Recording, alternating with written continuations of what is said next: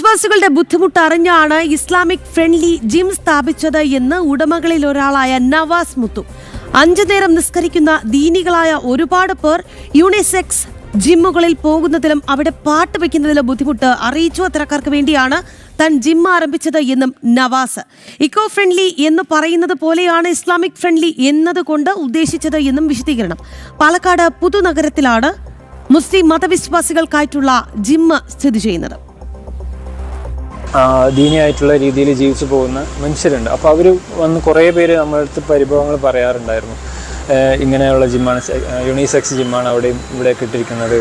അപ്പോൾ മ്യൂസിക് ഉണ്ട്, music of ആക്കുന്നില്ല. അപ്പോൾ അങ്ങനെയൊക്കെ ഉള്ളത് കൊണ്ട് നമുക്ക് അവിടെ പോകാനൊരു ബുദ്ധിമുട്ടുണ്ട് എന്ന് ഇത് നമ്മളത് അറിഞ്ഞപ്പോൾ, പക്ഷേ നമ്മൾ പുതിയതായിട്ടൊരു സംരംഭം കൊണ്ടുവരുമ്പോൾ എന്തുകൊണ്ട് ശരി അങ്ങനെയുള്ളൊരു ഡിഫിക്കൽട്ടി നമ്മൾ ഈ പുതിനകത്ത് മുസ്ലിങ്ങൾ ഏറ്റവും കൂടുതൽ തിങ്ങിപ്പാർത്ത് നിൽക്കുന്ന സ്ഥലത്ത് അവർക്കൊരു ഡിഫിക്കൽട്ടി ആയിട്ടുള്ള ഒരു പ്രോഗ്രാം നമ്മൾ തുടങ്ങുന്നതിൽ കാര്യമില്ല. അപ്പോൾ അവരെയും കൂടി ഉൾക്കൊള്ളിച്ചുകൊണ്ട് അവർക്കും അനുകൂലമായിട്ടുള്ള രീതിയിൽ അവർക്കും വരാം എന്ന രീതിയിൽ അവരെയും കൂടി അറിയിക്കാൻ വേണ്ടിയിട്ടാണ്, ഞാൻ പുതിനഗരം പ്രദേശത്തുള്ള ആൾക്കാരെ അറിയിക്കാൻ വേണ്ടിയിട്ടാണ് ഞാൻ പ്രത്യേകിച്ച് പറഞ്ഞത് ഇസ്ലാമിക് ഫ്രണ്ട്ലി ആണ്. എക്കോ ഫ്രണ്ട്ലി എന്ന് പറയുന്നത് പോലെ ഇസ്ലാമിക് ഫ്രണ്ട്ലി എന്ന ജിം. അരുൺ, ശരിക്കും പറഞ്ഞാലേ ചിരിയാണ് വരുന്നത്. ഇതൊക്കെ ഏത് കാലത്താണ് ഇവർ ജീവിക്കുന്നത് എന്ന് മനസ്സിലാകുന്നില്ല. നമ്മുടെ നമ്മൾ എന്ത് വികസനം സാധ്യമാക്കിയിട്ടും ഇങ്ങനെയുള്ള കുറേ പേർ ഇങ്ങനെ ചിന്തിച്ചു തുടങ്ങിയാൽ എന്ത് ചെയ്യും അരുൺ?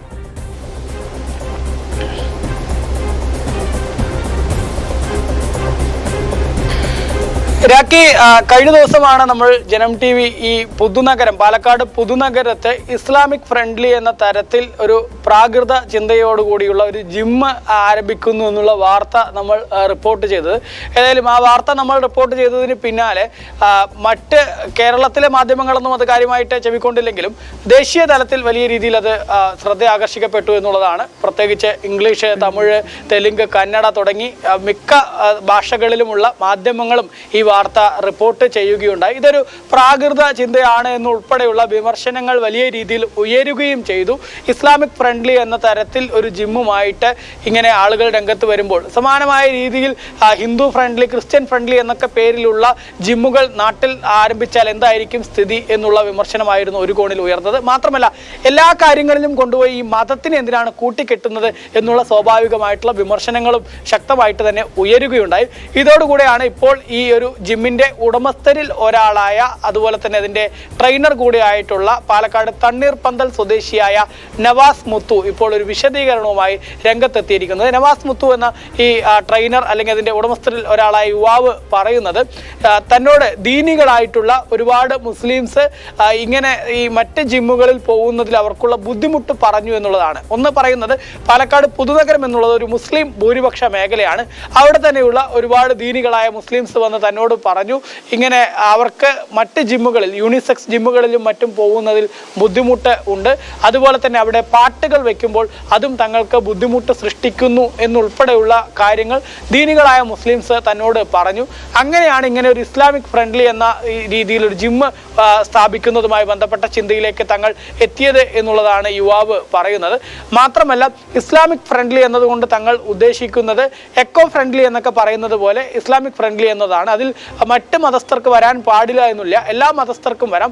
ഫ്രണ്ട്ലി ഇസ്ലാമിക് ഫ്രണ്ട്ലി എന്നതുകൊണ്ട് അതിലെ ഫ്രണ്ട്ലി എന്ന വാക്കുകൊണ്ട് താൻ ഉദ്ദേശിച്ചത് സാഹോദര്യമാണ്, എല്ലാവരും വരുന്ന തരത്തിലൊരു ജിമ്മ് എന്നുള്ളതാണ് തങ്ങൾ ഉദ്ദേശിച്ചത് എന്നുള്ളതാണ് ഈ യുവാവ് ഇപ്പോൾ ഇതിലൊരു വിശദീകരണമായിട്ട് പറയുന്നത്. അതല്ലാതെ താൻ വർഗീയതയോ മറ്റോ ഒന്നുമല്ല ഇതിൽ ഉദ്ദേശിച്ചത് എന്നുള്ളൊരു വിശദീകരണവുമായിട്ടാണ് ഈ യുവാവ് ഇപ്പോൾ രംഗത്തെത്തിയിരിക്കുന്നത് എന്നുള്ളതാണ്. അതേസമയം ആ ജിമ്മിന്റെ പ്രവർത്തന രീതിയിൽ മാറ്റങ്ങൾ വരുത്തുമെന്നൊന്നും ഇതുവരെയും ആ യുവാവ് പറയുന്നില്ല. നേരത്തെ പറഞ്ഞതുപോലെ തന്നെയാണ്, അതായത് പാട്ട് ഉണ്ടാവില്ല, അതുപോലെ തന്നെ സ്ത്രീകൾക്കും പുരുഷന്മാർക്കും വ്യത്യസ്ത സമയമായിരിക്കും, അതുപോലെ തന്നെ വസ്ത്രധാരണം ഉൾപ്പെടെയുള്ള കാര്യങ്ങളിലും നേരത്തെ പറഞ്ഞിട്ടുള്ള ആ നിബന്ധനകൾ അതിലൊന്നും മാറ്റമില്ല.